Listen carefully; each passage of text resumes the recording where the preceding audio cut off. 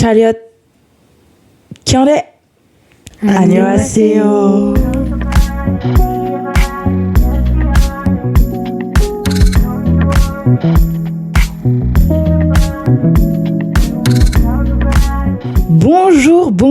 Bonjour à toutes et à toutes et bienvenue sur Parle-moi K-drama, votre podcast sur les séries coréennes. Je suis Emma et bien évidemment je suis aussi accompagnée de mes co-animatrices. J'ai nommé Elena. Bonjour. Et Ninon. Bien évidemment, bonjour. Non, pardon. Bonjour. Ah, voilà. Et oui, bonjour. Et bonjour à toi qui nous écoutes depuis ta cuisine, qui sait. Ton canapé. Ah, bah oui. Ton lit. Tes toilettes. Ou peut-être Ton que... bureau. Ah, bah oui. Ou dans la voiture. Oh, oui. Ah, dans le métro. Ouais, c'est vrai. Bref, on essaie d'oublier personne, mais bonjour à tous. Aujourd'hui, nous nous revoyons avec la team pour débriefer et explorer les épisodes 6 à 9 de Mellow Movie. On s'était arrêté donc à l'épisode 5, au festival du film du quartier, où Gum s'était confessé pour la deuxième fois à Mubi, après 5 ans. 5 ans où il s'était absenté quand même. Ils aiment bien ça, faire ça dans les K-dramas, j'ai l'impression. Genre une petite pause. Une petite ellipse. C'est ça. Comeback après. Mais Mubi était aussi sceptique sur cette déclaration qu'Elena, dans le premier chapitre de Melovi, C'est vrai. en utilisant le terme Hewe Jogida. Ceci dit, la dernière fois, tu avais utilisé plutôt le terme Tap Tap Hada. Oui. Sur les épisodes, le chapitre précédent. Ninon, c'était l'ascenseur émotionnel avec Kam Jong-un, l'Holocauste Katta. De rien. Et moi, j'avais plutôt trouvé les épisodes attendrissants, mignons avec Kyopta. On continue aujourd'hui l'aventure. Donc voici le résumé des épisodes 6 à 9. Pour rappel, dans notre podcast, on spoil tout à fait tous les épisodes dont il est question dans le chapitre. Un spoiler alerte. Oui. Petit rappel. Ceci étant dit, place au résumé. Alors, on commence les épisodes avec Guillaume qui explique que les films et le cinéma ont toujours fait partie de sa vie. Et il était tellement omnibulé par ça à l'époque qu'il ratait des occasions amoureuses, par exemple.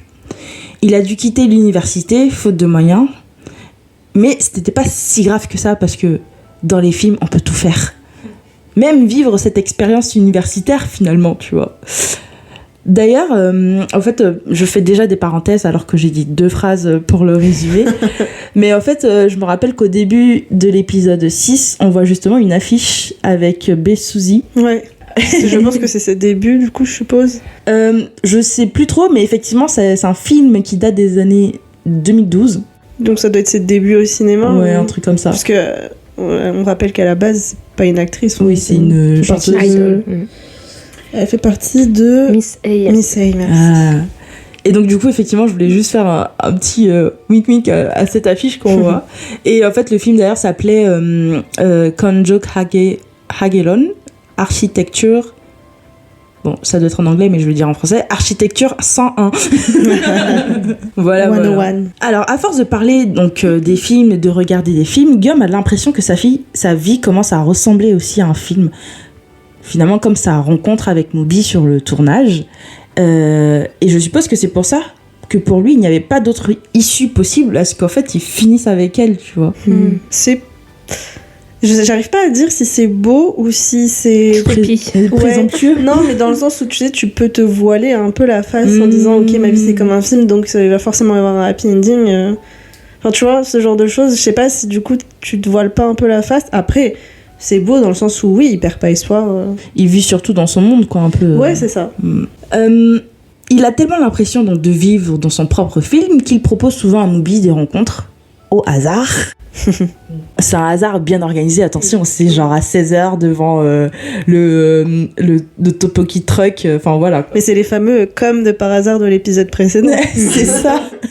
Par contre, quand il lui propose d'aller manger aussi, une autre petite parenthèse, parce que je pense que dans les épisodes 6, j'ai plein de petites parenthèses. Non, c'est peut-être le dernier.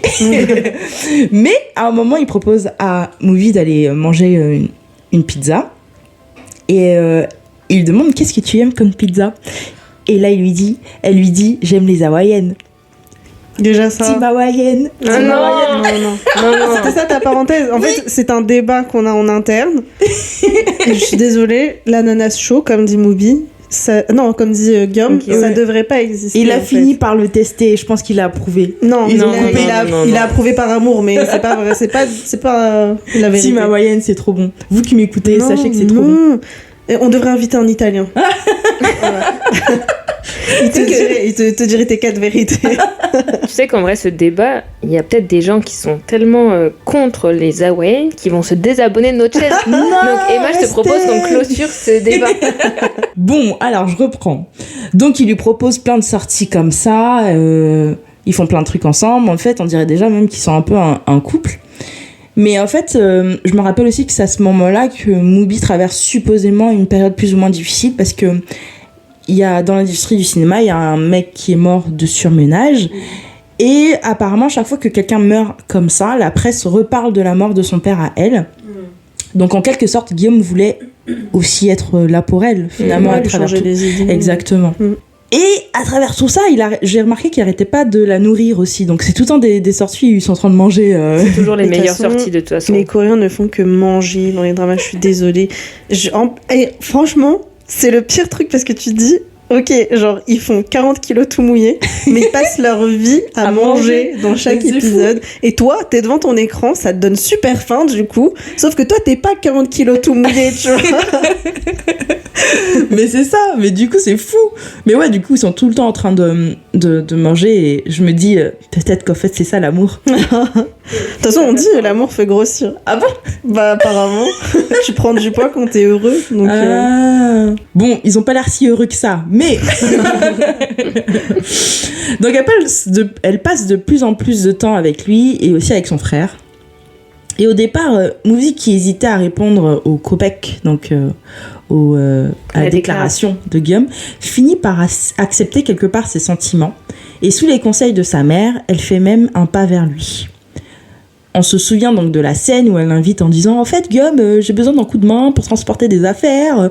Et John-woo, donc l'ancien voisin, il n'est pas dispo. » Alors qu'en fait, elle n'a rien à transporter. Et June est carrément dans le salon de Guillaume, donc vraiment le message est très clair.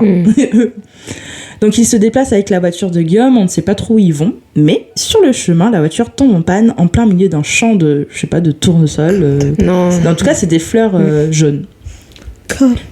Comme de par hasard. Une très belle scène. C'est une scène très romantique, quoi. En vrai, c'est trop beau. Par contre, ils sont passés du matin au soir très rapidement. Là, on est au coucher de soleil.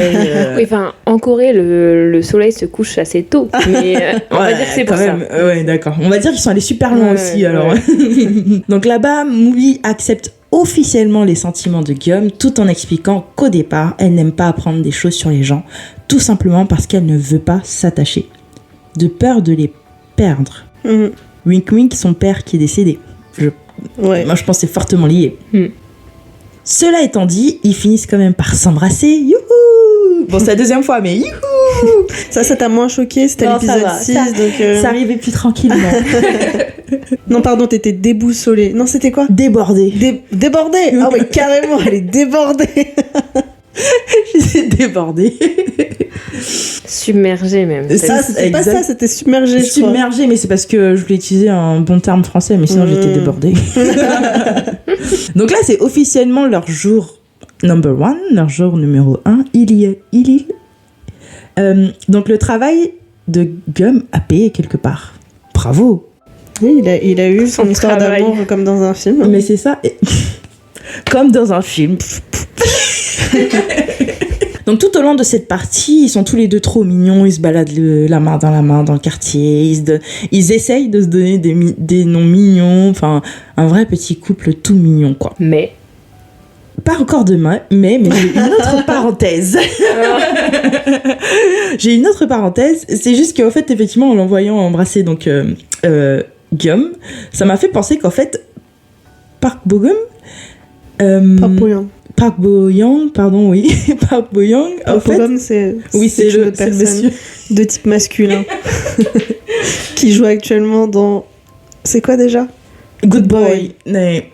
En fait, donc Park Bo-young... Qui est l'actrice principale. Qui est l'actrice, donc qui est Movie. En fait, elle a joué avec quasiment... toute la Wooga Squad. Tu sais que je me suis fait cette réflexion aussi, et je crois qu'à l'époque où est sorti ce film, j'avais vu passer genre une interview où il parlait de ça, parce que il y a eu supposément, genre quand elle a tourné Strong Woman de Bong Joon là, avec Park Hyung-sik, supposément qu'il y a eu amitié plus, genre en mode, enfin ils étaient tombés sous le charme de l'un de l'autre, mais sans qu'il y ait eu rien d'officiel. Et je crois qu'il y avait eu genre une histoire comme ça où genre l'acteur principal, je sais plus c'est quoi son prénom, enfin son vrai Choi-Wook-sik. Ou genre tu vois, genre il disait ouais, enfin genre ils en ont parlé avec Park Hyung-sik, tu vois, genre en mode ouais bah c'était comment, bah oui elle est adorable et tout ça, genre tu vois, ce genre de choses. Oui, et c'est vrai que du coup effectivement elle a tourné avec pas mal, mais attends, parce qu'elle a tourné avec Park Hyung-sik. Attends, je vais te donner la liste. Okay. Donc en fait franchement j'ai trouvé tous ces projets avec toute la Wooga Squad. Donc pour rappel, la Wooga Squad, c'est donc un groupe d'amis qui s'appelle comme ça. Je vais pas faire la genèse, mais en gros dedans il y a Park Seo-joon, il y a Park Hyung-sik dont tu as parlé tout à l'heure, et Choi Wook-sik, donc là notre acteur Guillaume. Ouais, Guillaume. Et il y a aussi V de BTS, et il y a un autre mec que je connais moins bien qui s'appelle Big Boy. Je crois que c'est un rappeur. Non, un chanteur. Je sais plus, mais je le connais moins bien. Je suis vraiment désolée pour les fans de Big Boy, mais voilà. Et donc avec Park Seo-joon, elle a joué dans un film qui s'appelle Concrete Utopia. Oui, c'est vrai. Pardon, j'ai réagi comme ça. Oui, je me souviens plus. Mais oui, c'est vrai. Mais c'est un truc un peu post-apocalyptique. Bah, c'est un truc un peu science-fiction en tout cas. Ouais. Avec Park Hyung-sik, t'en as parlé tout à l'heure, elle a joué dans Strong Woman de Bong Joon. Et avec Choi Wook-sik, ben là, Mellow Movie, quoi. Donc en fait, il leur reste plus que deux. Donc demain, si elle apparaît dans le clip de vie des BTS, faut pas être étonné, quoi. Il est plus Han Soo-hee que Park Bo-young. Non, mais genre, c'est ton pote ou quoi, tu connais? Mais non, mais c'est parce qu'il a littéralement, elle a tourné dans un de ses clips. Bah oui, non, elle a tourné dans c'est Jungkook. Oui, mais et en plus, c'est pas parce qu'il aime bien Han Soo-hee qu'il peut pas aimer l'autre. Mais non, je plaisante, mais c'est vrai que du coup, je la vois pas du tout, elle, jouer dans un clip de ça dépend vie, tu vois. Bah, ça dépend quel type de... Non, mais genre... Mais parce que Han Soo-hee, je trouve qu'elle a une image, tu vois, genre d'une fille qui peut jouer dans un clip, genre en mode... Alors que Park Bo-young, c'est plus une... Tu vois, Han Soo-hee, il a un peu l'image de la femme fatale, machin ça, alors que Park Bo-young, c'est vraiment plus en mode cute, tu vois. Oui, mais du coup, s'il fait une musique vidéo sur une chanson cute, la bienvenue. Ouais, je sais pas. On peut parier que ça n'arrivera peut-être jamais. Vi, si tu m'entends, et la vision. Bon, parenthèse fermée. Cette fois-ci, j'aimerais juste passer un peu de temps sur la relation Shijun et Jua, donc les meilleurs amis de Guillaume. Non mais genre, Elena elle a fait une de ses têtes genre ouais. J'ai levé les yeux au ciel. Je crois qu'elle aime pas trop cette relation, mais parlons-en. Donc Shijun est le meilleur ami de Guillaume, et il réalise que le film de Jua, son ex, parle de leur relation. Enfin, c'est Guillaume qui lui fait ouvrir les yeux. Oui, c'est vrai. Bon, c'est dommage qu'il l'ait pas vu tout de suite, mais bon voilà. Il avait accepté de travailler sur le nouveau film de Jua et avec Movie également. Et d'ailleurs, la musique sur laquelle il bosse, je sais pas si vous avez remarqué, mais c'est aussi la musique de la BO de la série en fait. Juste, ils ont fait en sorte de... Ouais. Non, surtout, à partir d'un moment, elle se transforme en la version masculine. Oui. À partir du moment où elle lui demande de réenregistrer. Mais du coup, un petit clin d'œil, c'était trop mignon. De ce fait, vu qu'ils travaillent ensemble, ils n'arrêtent pas de se voir pour les chansons, soi-disant, et ils finissent même enfermés tous les deux dans le studio d'enregistrement de Shijun. L'occasion pour eux de parler du passé, oui, parce qu'il faut enfermer les personnages. On attend la stratosphère du com de par hasard. Je ne sais même plus quoi dire. Mais le parhasarisme marque déposée.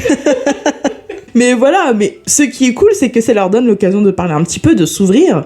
Et on apprend que Jua est celle qui était tombée amoureuse en premier de Shijun, parce qu'elle a même été jusqu'à changer d'école pour se rapprocher de lui. Pour le coup, je pense qu'on peut dire facilement, pour moi, que... Alors, on peut pas quantifier l'amour, tu vois, mais on dit souvent, genre, dans un couple, t'as toujours une personne qui aime plus que l'autre.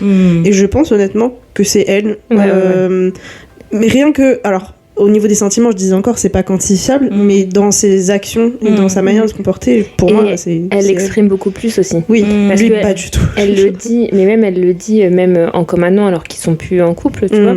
Elle le dit, mais à quel point je t'aimais tellement, et elle le dit beaucoup. C'est vrai. C'est vrai. Et en fait, elle l'aimait tellement que finalement, tout ce qu'elle l'a quitté. Oui, déjà, c'est très bizarre. C'est pour ça, en vrai. C'est très, très bizarre, mais elle aimait tellement que finalement, elle a un peu laissé sa personnalité de côté. C'est ce qu'elle expliquait. C'est très triste. Oui, mais c'est triste, mais en même temps, c'est bien ce qu'elle disait. Comme là, ils sont plus en couple, on a l'impression qu'elle s'est un peu sacrifiée, mais en même temps, c'était juste parce qu'elle voulait être avec lui, quoi. Oui, ce qui était important, elle a fait c'était pas les loisirs, ouais. c'était juste être avec lui. Mais ça, je sais pas trop, parce que je trouve qu'elle est un peu bizarre. À chaque fois, elle lui parle que de sa musique et pas d'eux, tu vois. Mais bon. C'est parce qu'elle était fan de lui, je pense. Oui, bah c'est ça. C'est ce que je pense. Je pense qu'elle était plus une fan Zouz qu'une... Non, là, tu parles trop loin dans... Et moi, mon analyse est posée. C'était une fan Zouz. Comme elle était amoureuse de lui, c'était sa première fan. Mais tout comme des fois, on peut dire, oui, mes premiers fans, c'est mes parents, tu vois. Ouais, mais tu vois, je pense qu'on peut quand même différencier le fait qu'elle l'aimait avec le fait qu'elle appréciait sa musique. Pour moi, elle appréciait sincèrement sa musique. Oui. La preuve, c'est que... Bon, après, ils se sont quittés alors qu'ils s'aimaient encore mutuellement tous les deux. Donc tu vas me dire, ça donnera pas forcément de poids à mon argument. Mais... C'est nul, ton argument. Non, mais on voit dans les scènes, du coup, certaines scènes où ils font des... Comment t'appelles ça? Des scènes dans le passé. Rollback. À chaque fois qu'elle cherche un mot, elle me regarde et moi je suis là. Non. Back forward, backward, je sais pas. Des scènes du passé, quoi. Des flash forward. Non, ça c'est vers l'avant. Des flash. Backward. Bref. Ouais. Quand il repasse des scènes du passé, on voit qu'elle était la première tout le temps à écouter ses musiques sur une marque que je ne citerai pas. Je ne sais pas si... Je sais pas ce que c'était pas YouTube. Sur SoundCloud, je crois. Ah, ok. Et aussi, elle est la première à commenter. Enfin, tu vois, elle donnait du soutien. Elle donnait la force. Même quand ils étaient plus en couple, elle faisait toujours. Ah oui, bien sûr. C'est ce que je disais, oui. C'est que la preuve, c'était ça mon argument. Mais t'as dit tout de suite que mon argument était nul. Pardon. C'est que même après leur rupture, elle continue à faire ça. Donc, pour moi, elle appréciait sincèrement sa musique. Mais du coup, par contre, effectivement, sa personnalité étant mise de côté, elle faisait semblant d'aimer Star Wars, elle faisait semblant d'aimer les Lego, elle faisait semblant d'aimer le foot. Enfin, Arsenal, non, c'est pas ça? Ouais. Je crois que c'était ça. Et en fait, avec le temps, elle s'est rendue compte que c'était une erreur que de faire ça. Et c'est plutôt mature, je trouve. Oui, tout à fait. Ça. Mais la question demeure, s'il y avait tout ça, pourquoi est-ce que tu m'as quitté, quoi? Question qui se pose. Non, c'est vrai, et même elle lui a pas dit, en fait. On sait toujours pas. On croit savoir, nous. Enfin, on en avait déjà parlé. Savoir, mais en fait, moi, je suis pas d'accord. Ça commence à se dévoiler. Mais du coup, genre, je sais pas si c'est le moment d'en parler ou pas, ou si on en parlera plus tard. Mais en tout cas, j'avoue que, en fait, la raison pour laquelle j'ai levé les yeux au ciel, c'est parce que, pour moi, genre sa décision, même si elle a été très mal faite, c'est-à-dire qu'au lieu d'en parler, elle a juste sorti la rupture comme ça, sans que lui s'en rende compte, en fait, tu vois. Alors qu'elle, dans sa tête, elle avait réfléchi la chose depuis un petit moment déjà. Mais sa raison s'explique. Je veux dire, dans le sens où pour moi, genre, effectivement... elle avait pas d'avenir. Enfin, je veux dire, dans le sens où... Oui, elle était bloquée avec lui, quoi. Oui, elle était bloquée avec lui. Elle vivait que pour lui. Et donc, ses projets à elle, on le voit bien, à un moment donné, il a un entretien d'embauche. Ouais. Elle lui dit, mais je dois rendre mon scénario demain. Ouais. Et en fait, lui, il réfléchit pas à ça, tu vois. Il se dit pas, à un moment donné, ah bah oui, c'est vrai, donc ok, reste, c'est pas grave, je vais me débrouiller. Non, tu vois, elle se sacrifie, en fait, tout instant pour lui. Et donc, le seul truc qui va dans le sens de Si-Jun, c'est ça son prénom, c'est en gros, c'est triste, il allait faire sa demande le jour où elle a fait sa enfin elle a fait sa rupture. Elle a largué. Mais en fait, pour moi, tu vois, c'est pas... Il y a pas... Ça contrebalance pas. Parce que ça peut être, encore une fois, tu vois, genre, vu comme quelque chose d'assez égoïste, tu vois, genre dans le sens où... Et puis les raisons étaient mauvaises aussi. Les raisons c'était je veux l'impressionner. Tu vois, quand il disait je veux gagner de l'argent pour elle, pour machin, tout ça. Lui-même il le dit, c'est parce qu'il avait la pression, parce que elle lui disait tout le temps à quel point il était incroyable. Un génie, Mais en vrai je le comprends. Mais j'ai pas envie que ça prenne une certaine tournure. C'est-à-dire que pour moi en fait ils sont pas faits pour être ensemble. Oula. Non mais dans le sens où il a pas eu l'air d'avoir changé. En tout cas d'après, tu vois, genre là d'après les éléments qu'on voit actuellement, il réagit tout le temps, toujours de la même manière. Et après il peut faire amende honorable, tu vois. Genre je me dis bon c'est pas impossible, il peut changer dans le futur, mais dans l'état actuel des choses, s'ils se remettent ensemble, ça ne fait pas sens. Et donc c'est pour ça que j'espère qu'ils n'ont pas se remettre ensemble, en tout cas avant qu'il y ait eu une évolution de sa part. Voilà. Et effectivement, elle trouvait en tout cas qu'il était égoïste, et lui, ce que lui il reprochait donc à cette relation, c'était qu'il avait trop la pression de sa part. Mais encore une fois, manque de communication. Enfin, les gars, parlez-vous, genre. Jamais. Dans les épisodes, tout doucement aussi, on a un voile qui se lève sur la relation de Guillaume et son frère, June. Une minute de silence. Non, mais dans les épisodes, la relation donc entre Guillaume et son frère est assez creusée, et on comprend, on sent en fait qu'ils sont vraiment tout l'un pour l'autre. En fait, que ce soit de Guillaume vers son frère et son frère vers lui. Et depuis la mort de leurs parents, June était, on va dire, un parent pour Guillaume. C'était sa seule famille. Mais oui, mais en fait, ça aurait pu être sa seule famille sans avoir cette importance en réalité. Mais en fait, June, donc son frère, a vraiment substitué ses parents. Et comme il disait à un moment, même quand il pleurait, tu vois, des fois les enfants ils vont pleurer, ils vont dire bah maman ou papa, et en fait Guillaume tout de suite c'est hyang, mon frère. Mais un indice qui va dans ce sens aussi, c'est que la scène où on voit Guillaume aller au funérarium pour rendre visite à ses parents, il dit à un moment donné du coup c'est la dernière fois que je viens parce que j'ai plus beaucoup de souvenirs, j'ai pas grand chose d'autre à vous dire. Et ça, tu vois, ça aurait été impossible si vraiment c'était une personne qui voyait encore ses parents comme, enfin je sais pas comment dire, mais tu vois, s'il y avait pas quelqu'un qui remplaçait cette figure paternelle ou enfin parentale, ben ça aurait été impossible, tu vois, genre la personne se raccrocherait encore la seule chose qui le rapproche de ses parents. Or, là, je pense effectivement, comme tu dis, que son frère, il a vraiment pris la place d'un parent pour lui, et donc il ressentait pas forcément le besoin d'aller se consoler, se recueillir auprès de ses parents. C'est vrai. Donc, de ce fait, comme je disais, leur monde tournait l'un autour de l'autre. Et même les envies de June, donc le grand frère, étaient centrées calquées même sur celles de son frère. Mais après, on peut dire quand même que Guillaume le lui rend bien. Au bout de toutes ces années qu'on a vues, il a eu son accident, il s'est occupé de son frère, il a fait plein de choses pour son frère. Et en fait, par contre, juste à un moment, on se rend compte que June commence à vouloir faire des choses qu'il n'avait jamais eu envie de faire. Il veut aller se balader, aller au resto, il veut voir des gens des copains, enfin les copains de Guillaume. Et surtout, il veut sur un coup de tête partir en voyage avec son frère. Alors là, Guillaume, il pète un câble, il dit bah attends... qu'est-ce que t'es en train de faire là, et en fait son frère ressent que on dirait il y a quelque chose qui cloche. Oui, il y a quelque chose qui cloche, et on dirait que c'est des au revoir quoi, carrément. Et donc Guillaume il expose, il dit il pense que l'accident il y a 5 ans n'en était pas un, et que son frère a tenté de mettre fin à ses jours. Et il est encore plus convaincu après l'avoir vu traverser délibérément un passage piéton alors que le feu était rouge. Donc aujourd'hui, maintenant que son frère agit comme s'il faisait ses adieux, Guillaume n'a plus de doute. Pour lui, son frère a abandonné en fait la vie. Et il le prend assez mal parce qu'il se dit qu'il a fait tellement de choses pour son frère. J'ai quitté ma carrière pseudo-acteur, pardon. Il a commencé à vendre des critiques de films. Il s'est coupé de son entourage finalement pour se consacrer à la rééducation de son frère. Et lui, il veut abandonner la vie, quoi. Ça va pas du tout.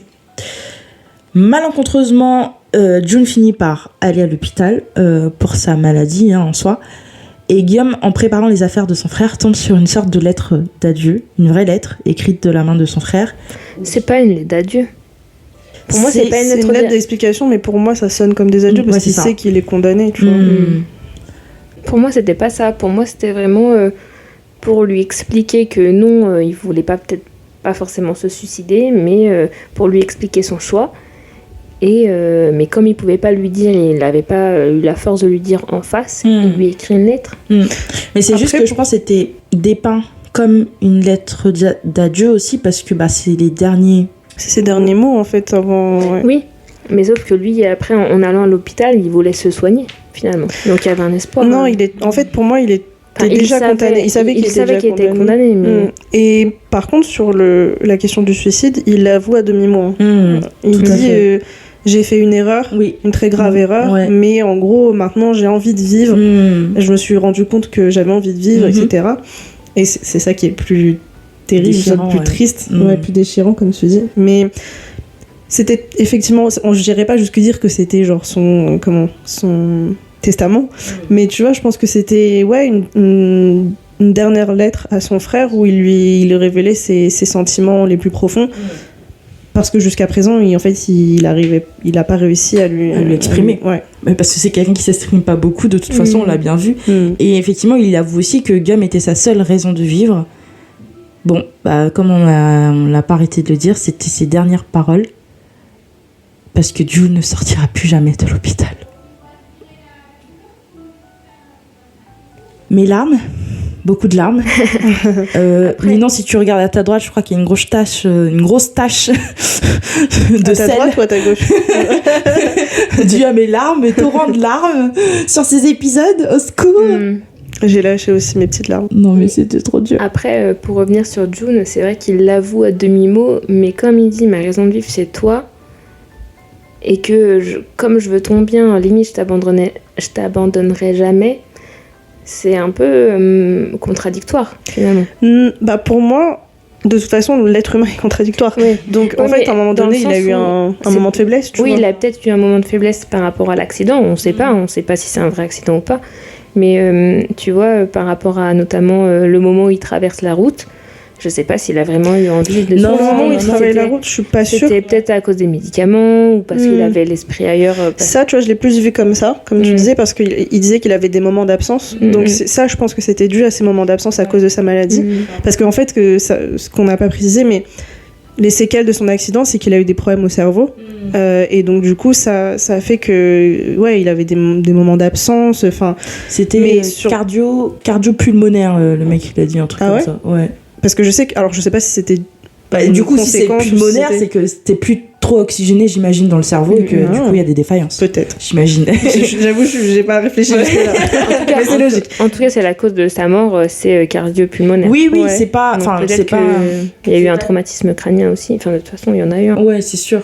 Mais du coup, sa seule erreur, c'est d'avoir, en tout cas, effectivement, on l'a bien vu, Guillaume, il se posait la question, il a refait le chemin plus d'une centaine de fois. Bon, j'abuse sur une centaine de fois, mais il l'a refait plusieurs fois le chemin pour s'assurer et se dire, au fait, il y a du brouillard sur cette route et il n'a pas fait exprès et il s'est pris la route, quoi. Finalement, on saura jamais. Ça se trouve, il y avait... Mais pour moi, il l'avoue à demi-mot. C'est pour ça que je te dis. Oui, mais... Parce qu'il aurait pas dit, j'ai fait une erreur. Parce que, tu vois, Guillaume, il lui reproche quand même pendant leur dispute. Il lui dit, genre, t'as osé essayer de mettre fin à tes jours alors que tu sais très bien que moi, je pourrais pas vivre sans toi.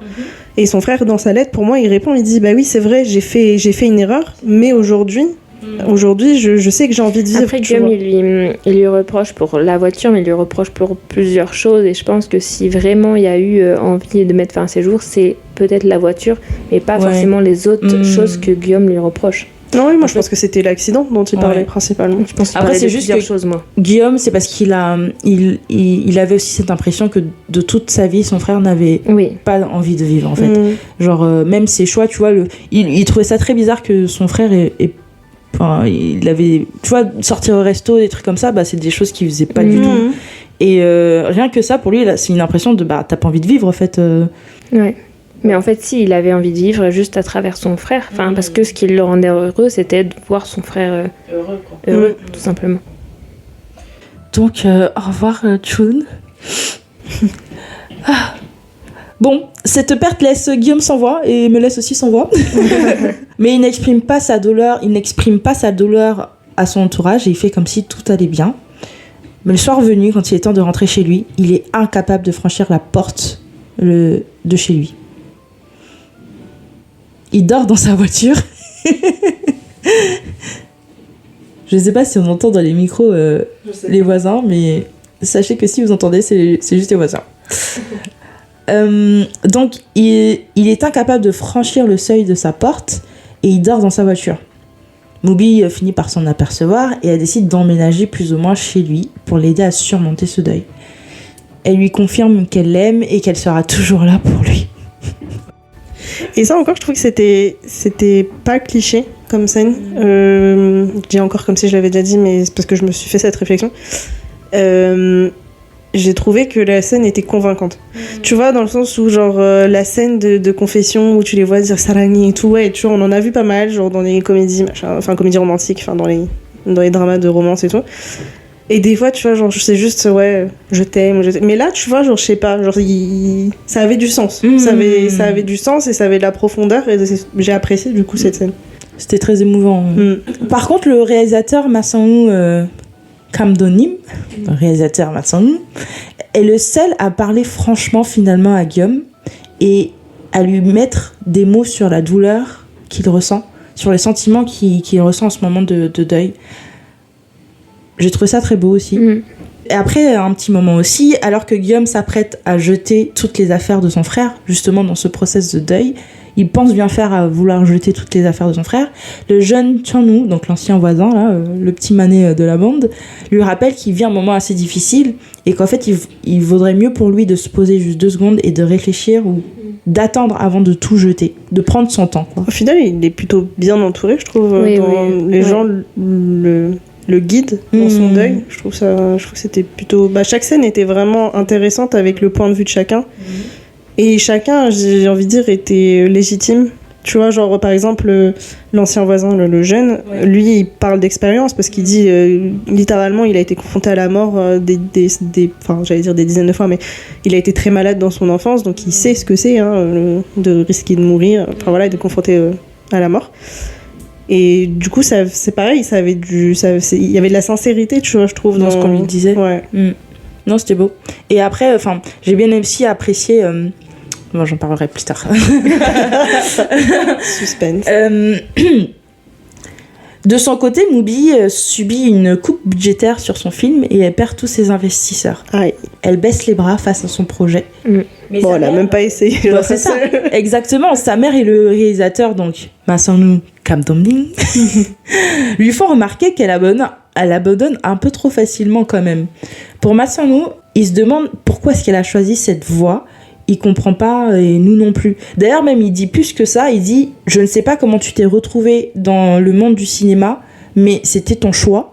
Et en fait, Chanshin Chalio. » En gros, assume ton choix, en Exactement. fait. Exactement. Donc Mubi, en fait, en vrai, on comprend qu'elle a toujours voulu faire un film d'amour. D'ailleurs, le film dont elle est en charge, le film de Jua, c'est un film d'amour, c'est un mélo...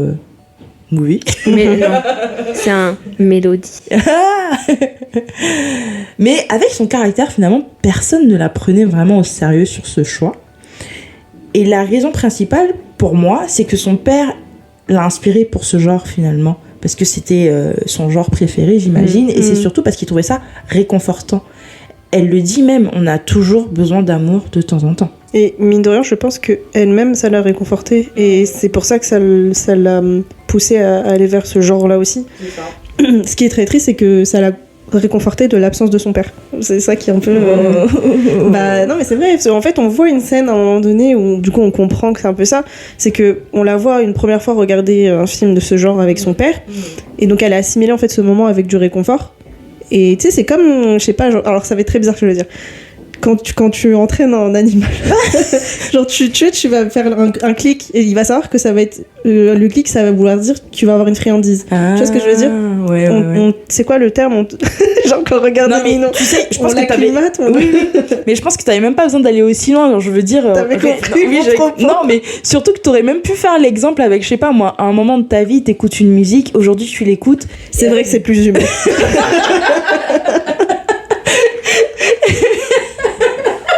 Et voilà, genre ça te fait repenser à ce moment-là, quoi. Enfin, merci, de rien. Donc voilà, enfin, on a toujours besoin d'amour de temps en temps. Mais l'épisode 9 se termine sur 2 choses donc marquantes. Une révélation troublante de la part de Mubi. Elle finit par dire « Je pense que c'est de ma faute si mon père est mort. » Non, elle me dit même, mon père est mort à cause de moi. Ouais, mais... Genre, c'est quand même, c'est plus C'est affirmatif. fort. Oui, comme, oui. Je sais pas ce qui s'est passé, mais voilà. Et ensuite, on a aussi la caméra qui nous montre comment Guillaume a vidé sa maison. Ouais. Donc, on était sur un cinéphile. Il a vidé sa Toutes maison. ces cassettes. Et toutes ces cassettes ont disparu. Ouais, j'avoue, ça m'a perturbée Ouais. aussi. Et je me dis, mais oula, qu'est-ce qui se passe? Qu'est-ce qui se passe? Donc, avant de conclure quand même ce résumé, les filles, je voulais juste qu'on prenne 2 secondes sur les titres. Ouais. Franchement, c'était très parlant. Et en fait, j'aurais même pu utiliser les titres pour faire le résumé. Hein. Le premier, c'était Happy Ending is Mine. Donc, Le premier épisode? le premier de ce chapitre, donc le D'accord. numéro 6. Happy Ending, qui veut dire donc le Happy Ending is Mine. Donc, c'est mon Happy Ending. La fin heureuse. La fin heureuse. La fin heureuse est pour moi. C'est ça, exactement. Donc, c'est une bonne fin pour son amour, pour Mubi, mais bon, ça l'est un peu moins pour son frère. Ensuite, l'épisode suivant, donc le numéro 7.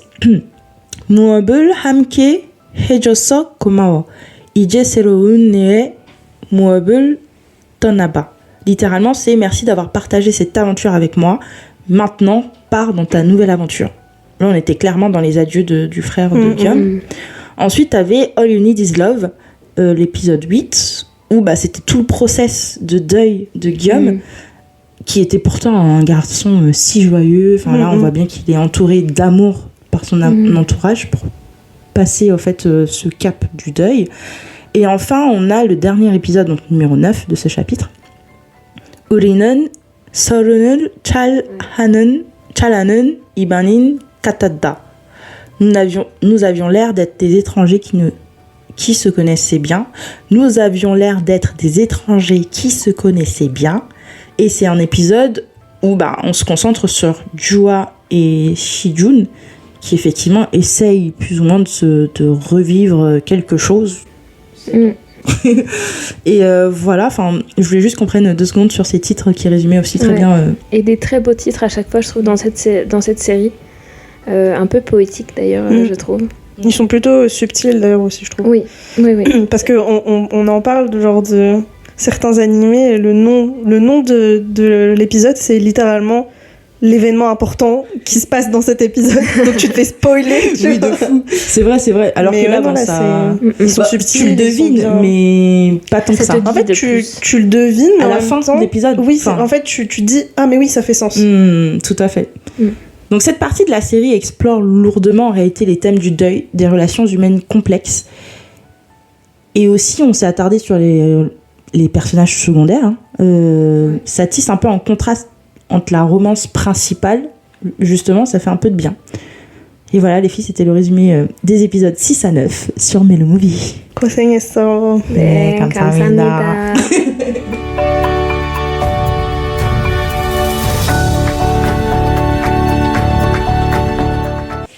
Alors Ninon. Eh bien, alors Ninon, alors merci Emma pour ce résumé.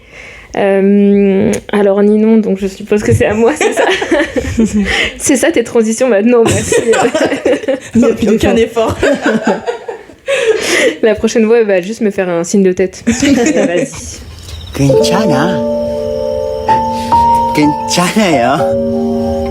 괜찮아. Pour cette partie sur le ressenti, je sais que ça vous a manqué, et notamment à toi Emma, mais je vous annonce officiellement le retour des jeux pour deviner les mots. Le retour du pochon. Bon, je vois pas trop d'enthousiasme. Oui, le petit pochon. Le pochon. Alors effectivement, il y a un pochon, c'est le protagoniste. C'est la star de mon histoire. Bon, je vais vous expliquer le but du jeu. Alors c'est vrai qu'on a mis toutes les 3 nos ressentis dans un pochon et on va tirer au sort un mot. Et ensuite, on devine qui a choisi ce mot-là.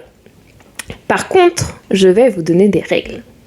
Parce que c'est vrai qu'on a déjà fait ce jeu dans une saison précédente, mais maintenant, j'ai évolué. Je vous donne des règles. Ninon 2.0. Ouais. Règle numéro 1. Si on pioche notre mot, on ne le dit pas que c'est le nôtre tout de suite déjà évidemment. Pareil, si c'est pas notre mot qui a été pioché, on ne dit pas que ce n'est pas notre mot. Mhm. On joue le jeu. Alors c'est là aussi on va tester nos talents d'actrice, n'est-ce pas? Tout ça de sorte à ce que les autres ne trouvent pas tout de suite à qui est le mot ou à qui ce n'est pas le mot. Et aussi peut-être pour brouiller les pistes. Voilà, aussi, règle numéro 2, quand on a trouvé à qui c'est le mot, les autres essaient de dire leur avis à leur avis pourquoi cette personne, l'une d'entre nous, a choisi ce mot-là. Ah, on essaie de deviner à la place avant que la personne n'explique. Exactement. Ok. Ensuite, la personne explique ses propres arguments à elle et elle dit son mot en coréen. Très bien. Je lance le petit pochon à Elena. Alors, du coup, non, elle l'a lancé derrière moi, derrière le canapé, donc je m'en vais le chercher. Elle voulait que tu te lèves le micro. Elle voulait que tu te lèves un peu. Mais non, c'est qu'il est pas très lourd, c'est pour ça. Désolée. Alors, Terrible. Ah, le fail. je suis de retour. Pour vous jouer un mauvais tour. Et ben non, pour piocher un paquet dans le Ah oui, c'est poche. vrai. Alors, attendez. Que je me réinstalle. J'ouvre le pochon, instant ASMR. Oui.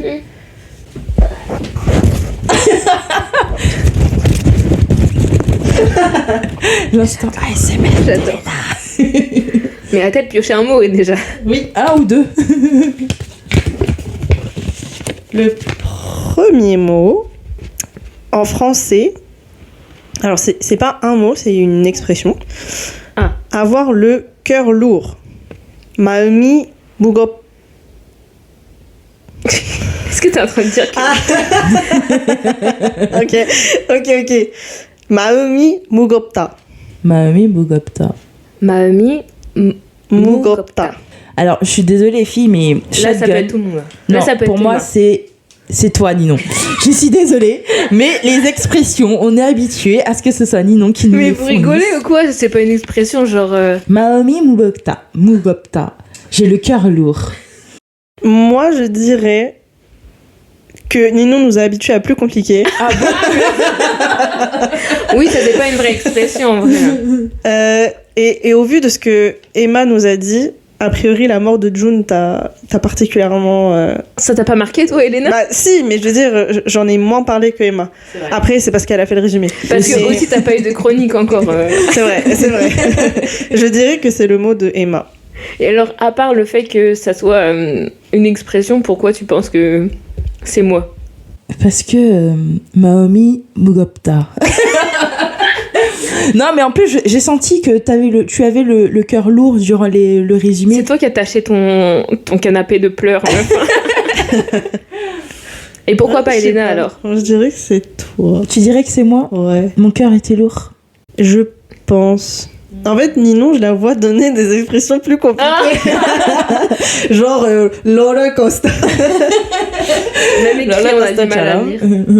Non, je sais pas, je pense que... Alors, évidemment, ça nous a toutes attristés, mais je pense que c'était l'élément le plus Marquant. marquant pour toi, Mhm. sans doute. La mort C'est vrai. du frère de Guillaume. Qui s'appelle June. Retiens son nom. June. June. Bah, entre June. Comment il s'appelle le voisin?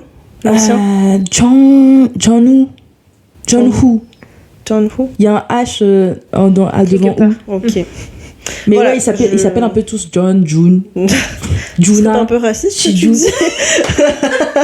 Écoute, c'est comme chercher Kim à Séoul, c'est un peu compliqué. Non, c'est comme chercher Kim dans une... Non, c'est quoi? Oui, Dans mais une- oui, purée, Comme mais chercher purée. Kim à Ah, Séoul. mais c'est vrai, Et c'est l'expression, alors, c'est effectivement, l'équivalent. Chercher une aiguille dans une botte de foin. Si on le mettait, si c'était notre ressenti, je sais pas, moi la semaine prochaine c'est mon ressenti, je dis ça. Faut dire chercher un Kim à Séoul, c'est ça? Enfin, oui, mais là, c'est la traduction en français. Mm. Mais en coréen, oui, traduit, ça se dirait, c'est comme chercher un Kim à Séoul. C'est ça. C'est fou. C'est fou. Bon, allez, réponse. Emma, alors? C'est effectivement pas moi. C'est pas toi? Non. Mais non, c'est Ninon. Ninon, tu m'as habitué à mieux. Sorry. Oui, j'ai eu un petit moment de Mais pourquoi faiblesse. t'es persuadée que c'était pas moi, du coup? Parce que Mahomi, je sais pas, avec l'expression. Bougopta. Ah, Mahomi Bougopta, je sais pas. Il y avait un truc qui me disait que le cœur de Ninon avait été chamboulé durant ces épisodes. Alors, C'est vrai, en vrai, ça faisait un peu poétique. Et c'est très Purée. poétique Ah bon de Ninon. Je me suis fourvoyée. eh bien, la réponse est... C'est vrai, c'est bien. De toute façon, elle a vendu la mèche. Mais non, fallait pas le dire. Eh, t'as pas testé tes talents d'actrice, Elena. Non, c'était moi, en fait. Génial. Je vous ai tous brain. Bon, effectivement, mon expression, c'était avoir le cœur lourd, Mahomi Mugopta. Mahum, c'est littéralement les sentiments, mais ça peut être traduit par le cœur en français quand on parle des sentiments, justement. Mugopta, ça veut dire être lourd, être pesant, mais ça veut aussi dire être important, voire être grave. On peut aussi l'utiliser quand on dit il a une parole lourde, quand c'est une parole importante ou grave, quoi. Enfin, bref. Donc c'est pas forcément... Enfin, ça peut être une parole, c'est pas... Oui, ça peut être lourd de sens ce que tu es en train de dire. Oui, je pense. Pourquoi j'ai choisi cette expression? Parce que j'avais tout au long de cette deuxième partie... Le cœur lourd. Merci le de cœur participer. Mais c'est vrai, j'avais le cœur lourd. Alors bien sûr, on a le moment entre Guillaume et son frère June. On le sent dès l'épisode 7. Il y a un truc grave qui va se passer. On ne savait pas encore quoi à ce moment-là. Et à la fin, on a un aperçu de sa mort qui arrive à l'épisode suivant. Mais en fait, avant même qu'on sache qu'il va mourir, l'atmosphère est déjà pesante. Les deux frères se disputent, c'est la première fois qu'on voit Guillaume s'énerver. D'ailleurs, même son frère a l'air d'être étonné. Et à ce moment, les deux parlent à cœur ouvert. C'est vrai que j'avais déjà parlé des gars qui se parlent à cœur ouvert dans l'épisode 1, mais à ce moment-là, ils se parlaient à cœur ouvert de leur amour, des amours de Guillaume, mais ici c'est un moment grave parce que ça parle d'une potentielle envie de suicide de la part de June. Les personnages pleurent et c'est d'ailleurs la première fois vraiment qu'on voit Guillaume adulte en train de pleurer, et même d'ailleurs dans un des épisodes précédents, on nous disait que Guillaume ne pleurait presque jamais. En plus de ça, on a une musique à ce moment qui est stressante. Alors, c'est pas stressant comme dans une musique stressante comme dans un thriller par exemple, mais ça rajoute un poids à la scène. C'est d'autant plus déchirant qu'en fait, on apprend plus tard que June ne voulait peut-être pas mettre fin à ses jours. Alors, on a fait le débat tout à l'heure, mais pas autant que ce que Guillaume pensait en tout cas. Mais en fait, il était tellement bouleversé qu'il pouvait pas vraiment expliquer son ressenti à Guillaume. À la fin, il meurt quand même à l'hôpital, alors qu'il avait en plus plutôt envie de se soigner, on a l'impression. Et ça vient casser le peu d'espoir qu'on avait. D'ailleurs, cette scène, on la voit pas. Quand il meurt, on ne le voit pas. Et on le sait uniquement à travers le ressenti de Guillaume, et c'est d'autant plus déchirant pour nous. Guillaume a donc perdu sa seule famille, et c'est encore plus lourd, je trouve, qu'il n'exprime pas ses sentiments. Il ne dit rien, mais il va mal. Parfois, il ne parle même pas du tout. Il est dans le vague et il se sent seul. Il souffre en silence. Et d'ailleurs, Mubi le comprend, mais en silence. Parce qu'elle est passée par là. Voilà, c'est ça.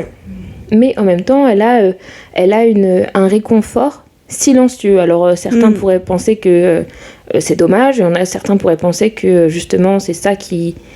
Enfin, elle n'est pas trop...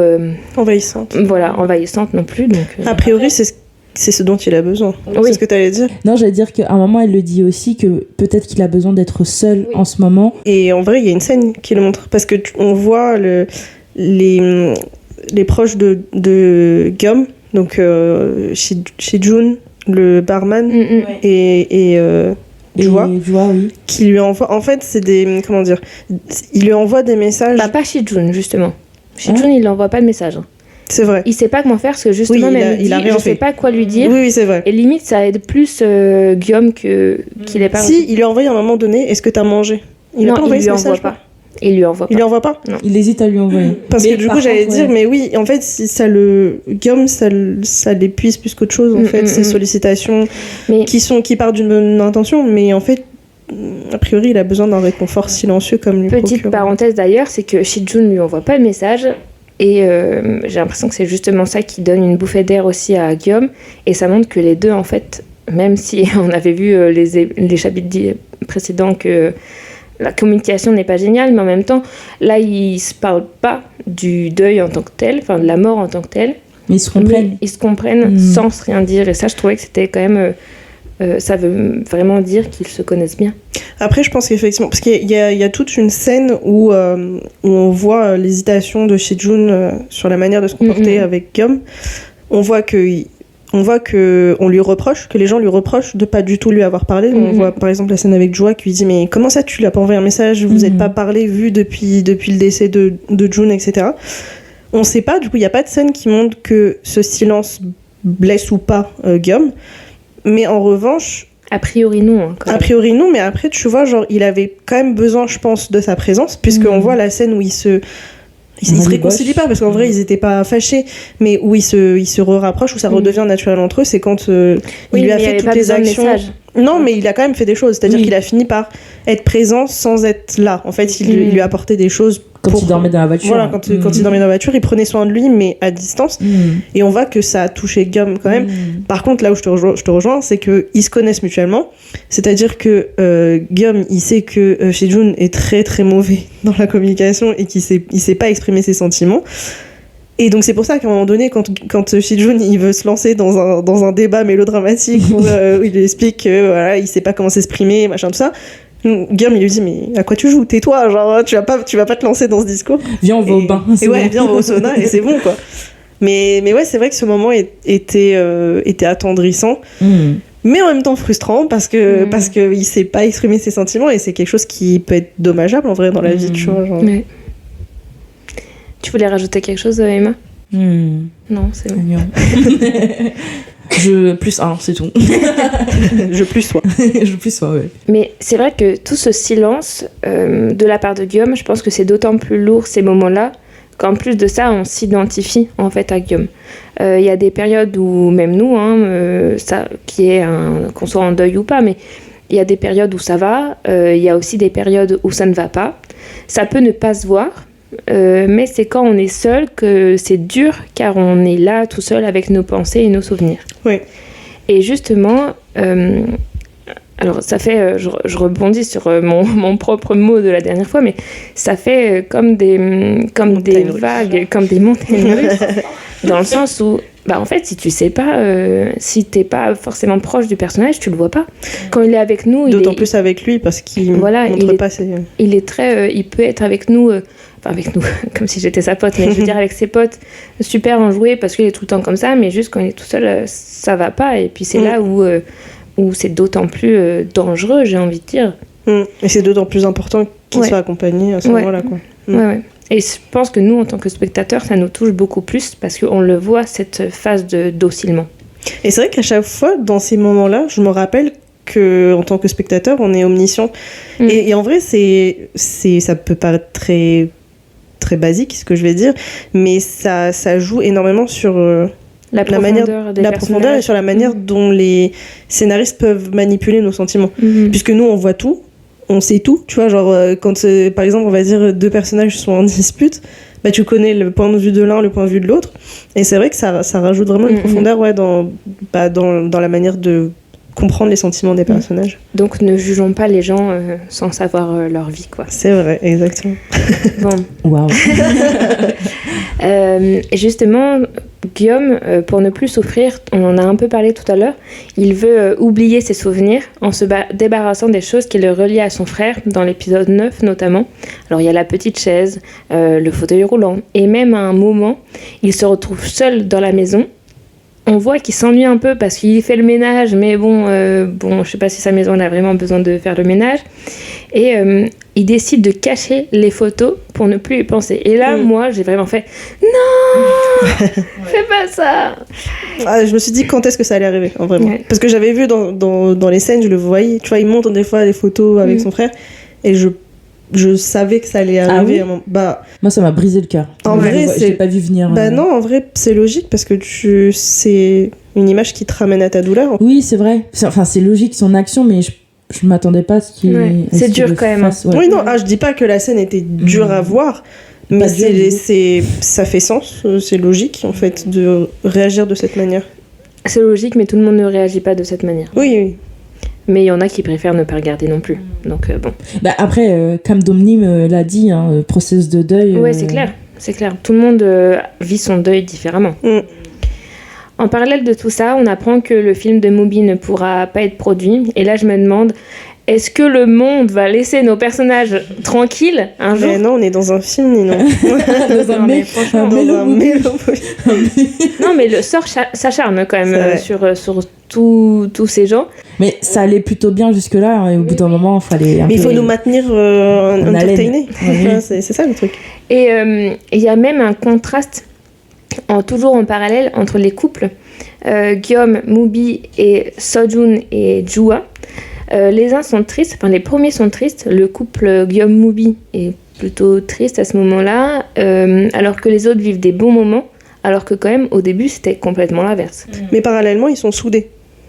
Ouais. Et eux, ils sont soudés dans ces Ouais, moments, mais bon, alors tu que sens que Shijun c'est- et Jua, ils sont... C'est pas une vibe très heureuse, tu vois. Non, mais Et je veux les dire, autres, c'est pendant ce moment-là, c'est pendant que Shijun et Jua, pendant ce moment où ils datent en fait. Oui. Ce moment-là. Mais tu sens... Enfin, je sais pas comment expliquer, mais... Tu sens la fissure, quoi. Tu En sens fait, qu'il ouais, y a un c'est- truc qui va pas entre Bah, les y a deux. quelque chose même de Bah, pas si- tu le vois pas naturel. trop à ce moment-là, je trouve. Tu le vois un peu plus tard. Bah, je vois Parce que- j'ai l'impression que c'est forcé, quand même. Bah, c'est un date, quoi. Oui, mais tu vois, genre, tu pourrais dire, ils ont déjà été en couple, donc ça devrait être naturel. Et Mhm. moi, je trouve justement que c'est plutôt bien fait dans le sens où moi, je sentais pas le naturel. Tu sentais qu'il y avait Bah, c'est un Des date, choses qui- quoi. Enfin, je trouve Comment c'est un date. Enfin, c'est Ouais. la première. Enfin, comme si c'était. Mais oui, la mais première justement, fois. c'est pas la première fois. C'est ça, tu vois, Mais les je trouve gens. que c'est ça qui est bien amené aussi, c'est que C'est pour ça, ouais. ça fait longtemps qu'ils ont plus été ensemble et Oui, il y a donc quand il y a même quelque chose, Ils essayent de il y a- repartir à mais zéro. oui, Ouais. il y avait quand même un truc qui s'est cassé entre les deux, donc je trouve que c'est Bah, bien c'est amené. lié au titre de l'épisode où nous étions comme Des étrangers qui se connaissent très bien. Ouais, voilà. Mais après, pour Moby et Guillaume, effectivement, c'est une période de enfin, c'est un creuset dans leur relation, Dur, ouais. mais C'est pas un creuset. bah si, parce que c'est une période où, par exemple, tu vois, genre imagine Ou Guillaume, il a il pas arrive- été à son date, tu vois. bah devant oui, sa mais Ça photo. attends. c'est tout début. Non, mais dans le sens non. où, tu vois, genre, il va pas bien, Ouais. et en vrai, si la personne en face ne sait pas comment réagir, ça Ah peut oui. ça peut créer une fissure Mmh. dans un couple, tu vois. Mais pour le coup, je trouve que du coup, ça montre la force de leur couple à ce moment-là, parce qu'ils se comprennent mutuellement. Et tu vois, genre, elle avait son problème avec son film, bah, il a été là pour elle. Lui, son Oui, mais ils frère en est- parlent pas énormément non plus, hein. Oui, mais tu C'est- vois la complicité. Mmh. Je trouve, tu vois la complicité et tu vois qu'ils sont là l'un pour l'autre. Et donc, du coup, tu vois, je trouve tu vois qu'ils sont soudés. Mm. Et c'est, puisque là, tu parlais du contraste entre les deux couples, je trouve que c'est quelque chose qui est important Ouais. À noter. à noter, ouais, par rapport à Shijun et Jua. Enfin, en tout cas, moi, ce moment de date entre Shijun et Jua, je l'ai vu un peu comme... je crois que c'est le seul moment heureux qu'on a entre les deux dans cette série. Mais bien évidemment, tout ça, ça ne dure pas. D'un coup, Jua et Shijun se disputent car Jua croirait trop en Shijun. Et là, ils pleurent tous les deux et j'ai eu de nouveau mal au cœur. brisé. Ouais. J'ai choisi cette expression, m'a mis Mukopta, car moi j'ai le cœur brisé, mais en fait tous les personnages ont le cœur brisé aussi, car ils sont pleins de ressentiments. Alors on le voit très bien quand Jua et Shijun fondent en larmes l'un dans les bras de l'autre, même si je vous avoue que à ce moment-là, j'ai pas trop compris pourquoi. Est-ce que c'est parce qu'ils s'aiment malgré tout et ils s'aiment malgré tout et qu'ils se comprennent, ou est-ce que c'est parce que justement ils sentent que c'est fini entre eux? D'ailleurs, Mubi, en tant que narratrice, dit à ce moment-là: ce n'est pas toujours une bonne chose de se connaître aussi bien. Quand la fin est proche, on s'en rend forcément compte. Et c'est pour ça que moi, ça me dérangerait énormément s'ils se mettaient ensemble. Après, ça serait pas si étonnant que ça, moi je trouve. Ce serait pas étonnant, mais ce serait pas une bonne décision. Je trouve que ce soit pour, sauf s'il y a la communication. sauf comme on a dit si tout à ça l'heure. se règle entre eux, etc. Mais je sais pas, genre Ils s'aiment encore quand même, hein, je pense. les Oui, deux. oui, ça bien sûr. Après, tu peux aimer quelqu'un et cette personne peut ne pas être bonne pour toi dans ta vie, tu vois. Ouais. Mais, pardon, excuse-moi, vas-y. Mais je trouve qu'on passe trop vite aussi sur le fait que, en fait, Shijun, il était sur son projet, sur sa volonté d'évoluer dans le monde de la musique. Il a effectivement, au tout début, mis un peu de côté le fait qu'elle veuille devenir scénariste, mais il l'a quand même... Enfin, en tout cas, il a essayé de la soutenir. On n'oublie pas qu'il a essayé de lui acheter le PC, qu'il n'a jamais pu lui acheter du coup. Mais il l'a bien vu que c'était aussi son rêve. Et en vrai, il n'a pas eu l'occasion, je pense, de la soutenir et de lui faire voir. Parce que, chose que tu disais tout à l'heure, Elena, qui était un peu frustrant, c'est que nous, on a le point de vue omniscient, donc on ne sait pas. Mais effectivement, comme tu dis, Emma, je pense qu'il la soutenait, mais il lui disait juste pas, quoi. Et c'est ça qui est frustrant. Mais du coup, il y a encore de l'espoir. Moi, franchement, j'ai pas envie. Ce n'est que mon avis personnel. Bien sûr, mais tu as le droit d'avoir un avis personnel. Bon, même si on n'est pas d'accord, mais...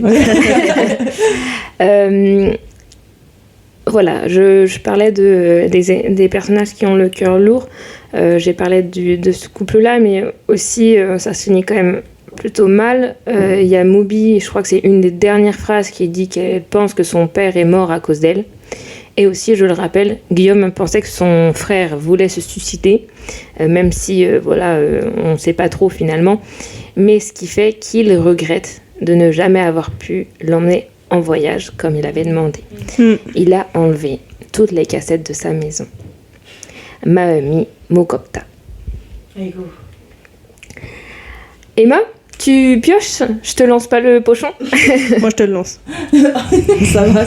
Ça atterrit au bon endroit. Alors, j'ai vu sa tronche. Le mot, c'est éprouver. Être éprouvé? Pleurer de chagrin, d'émotion. Ah bah, je sais qui c'est. Alors, est-ce que ça serait pas Emma par hasard? Comment tu le dis en coréen? Nkida. Quoi? Nkida. Ah. Ressentir. Nkida. Qui ou qui? De G. Ok. C'est deux K. Ah, Nkida. Nkida. Et tu dis pleurer de chagrin, c'est ça? Oui, il y a marqué éprouver entre parenthèses. Moi, je pense que c'est Ninon. Eh bien, c'est vrai. C'était bien moi. Moi, je pense que c'est Elena. Elena, je sens que... J'ai pleuré de chagrin. Ouais. Non, c'est vrai. Non, tout à l'heure, on a dit que toutes les larmes de mon corps. Elena avait pas trop de sentiments, parce que pour le... on n'a pas dit ça. Pas dit ça vraiment, mais quand on pensait avoir le cœur lourd, Emma a dit ça, c'est pas Elena, ça. Ouais, c'est vrai. T'as pas de cœur, Elena. J'ai pas de cœur. Maemi Opta. Ouais. On le savait de toute façon. Oh non. Moi, je pense que c'est Emma par rapport à ce que tu as dit tout à l'heure quand tu as fait ton résumé. Après, je pense que ça revient plus ou moins au même avec ce que moi j'ai dit. Mais le fait que tu as dit tout à l'heure avoir le cœur brisé, même, je pense que c'est ça. Elena, qu'est-ce que tu en penses? Je pense que c'est Emma. Hein. Pourquoi? Le calcul est très vite fait. Ah, mais voilà, c'est ce genre de choses que je voulais pas qu'on dise. Non, mais c'est surtout par rapport à ce qu'elle a dit aussi, qu'elle a mis le truc Papago.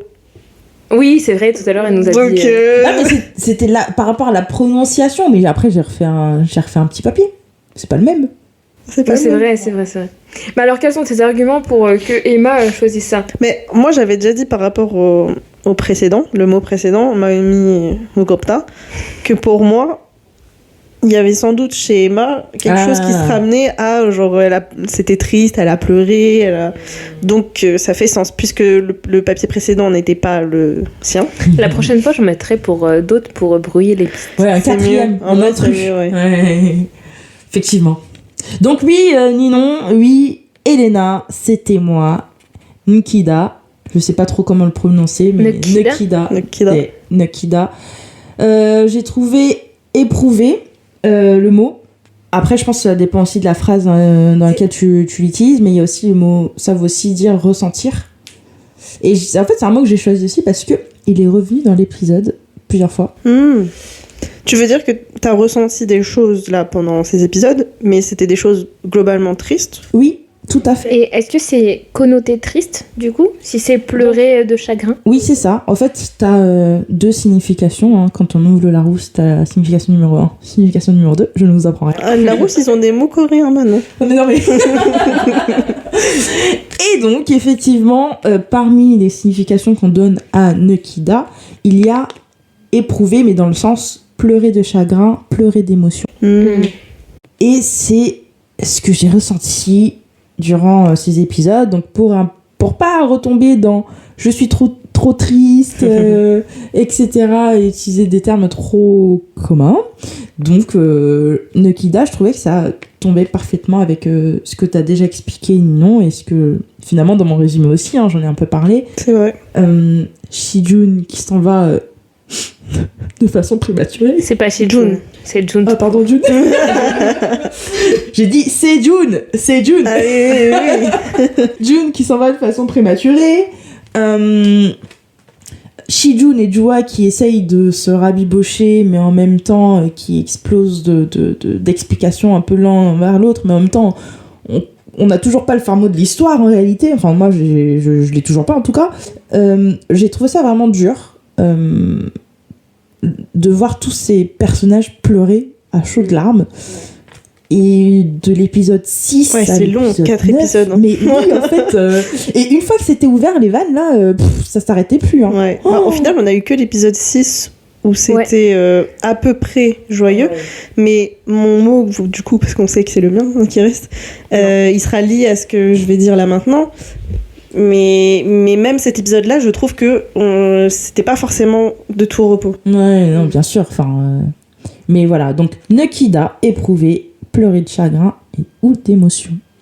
Merci. Merci Emma. Bon, laissez-moi quand même le plaisir de dépouiller le... ASMR. Il y a tellement de mots.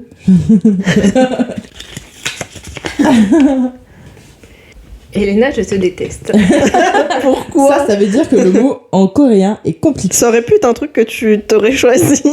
Oh, une expression, Elena ? Non, c'est une petite expression, ça. Elle a dit qu'elle était anxieuse. Oh. 폴한감을 느끼다. Tu vois, c'était facile. Il y a la moitié, alors, c'est le mot de Emma. Donc, c'est le sentiment qui est... c'est ressentir l'anxiété. Alors, pour Emma, c'est vrai que je l'ai mal prononcé tout à l'heure parce que j'avais pas le mot sous les yeux. C'est pas nekida, c'est pas nekida, c'est nekida. C'est double k. Double k. Oui, c'est ce que je t'ai dit. Oui, mais j'avais pas compris ce que tu m'as juste fait. Moi, je t'ai dit deux k. Tiens. Ah non, j'ai pas compris. Ah ben, c'est écrit sur ton nom aussi. Donc, Elena, je te laisse le prononcer en coréen. Tu sais mieux le prononcer que moi. 폴한감을 느끼다. Waouh, sans regarder. Bah après, c'est mon mot. Oui, enfin, même pour moi, mon mot, des fois, c'est compliqué. Alors, parce que tu choisis des expressions.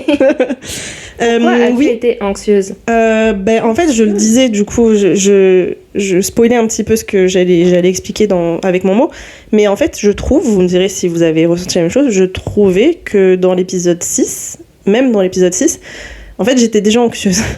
Parce que je savais que toute bonne chose a une fin.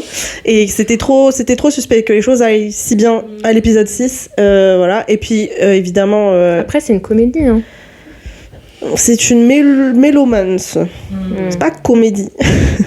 Mais en tout cas, tout ça pour dire, la conclusion en plus de l'épisode 6, en fait, ça nous indique déjà vers quoi on se dirige, puisqu'on entend Guillaume, en tant que narrateur, qui dit...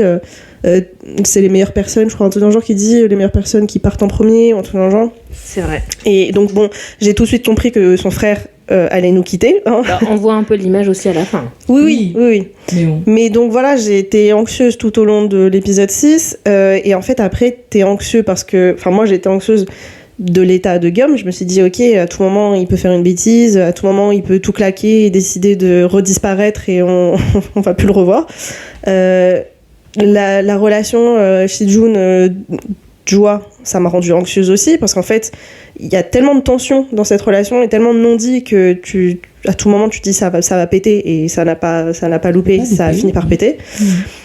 La situation Et- avec... Pardon, mais je reviens parce que j'ai pas eu l'occasion de le dire tout à l'heure avec Emma, mais ça pète bien. Je veux dire, il n'y a pas des grands cris, sauf vraiment quand Guillaume et June se disputaient, mais les larmes qu'on a eues des personnages, mais c'est fou. Enfin, c'est June qui pleure vraiment à chaudes larmes, Jua qui essaie de se contenir, mais on voit qu'elle pleure quand même.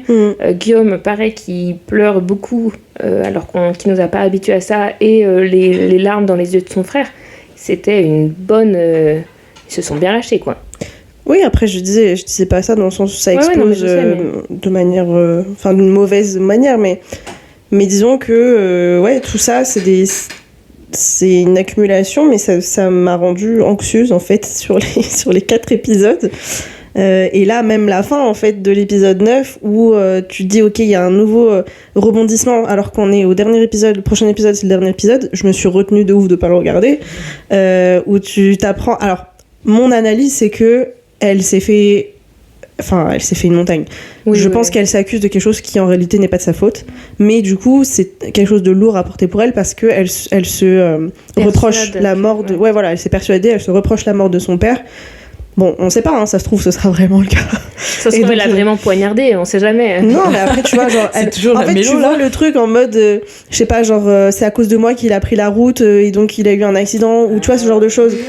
Bon, et bah voilà, je pense que c'est un truc du genre, sans doute, mais là, c'est bizarre de dire en quoi ça pourrait être sa faute, sachant qu'il est mort de surmenage. Ouais, de surmenage, c'est ce qu'il d'épuisement. disait tout le temps. Donc voilà, tout ça pour dire, ouais, j'étais T'es anxieuse. anxieuse, et encore une fois, je le disais aux filles tout à l'heure, avant qu'on commence l'enregistrement, c'est un mot qui m'est venu naturellement au fil c'est étonnant, du pourtant, visionnage. Ouais. Je trouve que c'est étonnant, ce mot-là, anxieuse, c'est plus anxieux dans le sens stressé, ou ça t'a stressé, ou comment... En fait, je pense que l'anxiété, avant que les choses arrivent, donc par exemple la mort de June, bah, j'étais anxieuse avant sa mort parce qu'il y avait des signes qui ne Ouais. trompaient pas. Leur dispute, le fait que lui se savait condamné, on l'a compris très rapidement, hein, parce qu'il fait des choses anormales qui ne correspondent pas à sa personnalité et tout.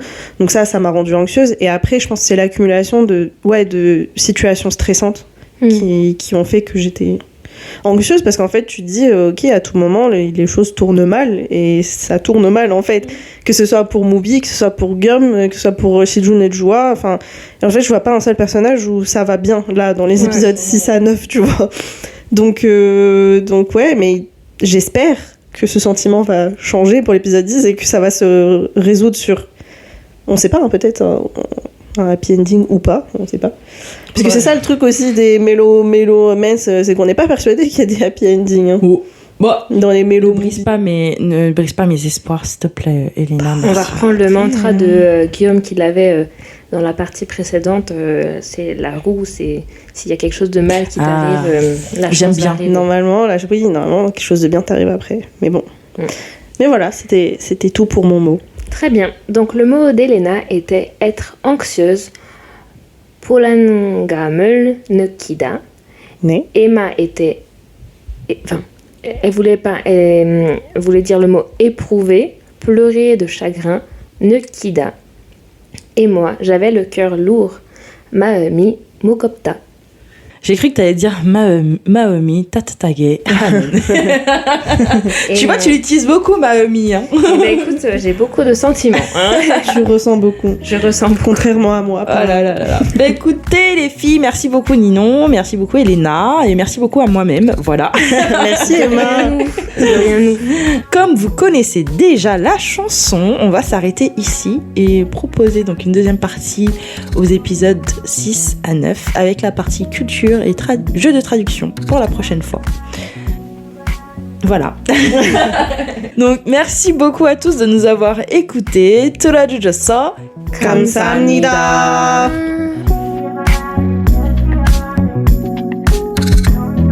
감사합니다.